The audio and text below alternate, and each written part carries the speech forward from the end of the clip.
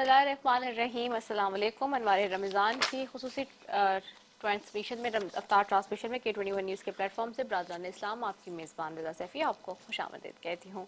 और नाज़रीन, अल्लाह के फजल करम से अब हम 7वें रोज़े की अफ्तारी की जानिब गामज़न हैं। आज 7वां रोज़ा आधा गुजर चुका है और अब आधा रह गया है, आधे से भी ज़्यादा बल्कि गुजर चुका है। और अब कुछ घंटे हैं जिसमें हम ये ट्रांसमिशन के सिलसिले को आगे बढ़ाएंगे और आपसे बहुत ही खूबसूरत और अच्छी बातें करेंगे।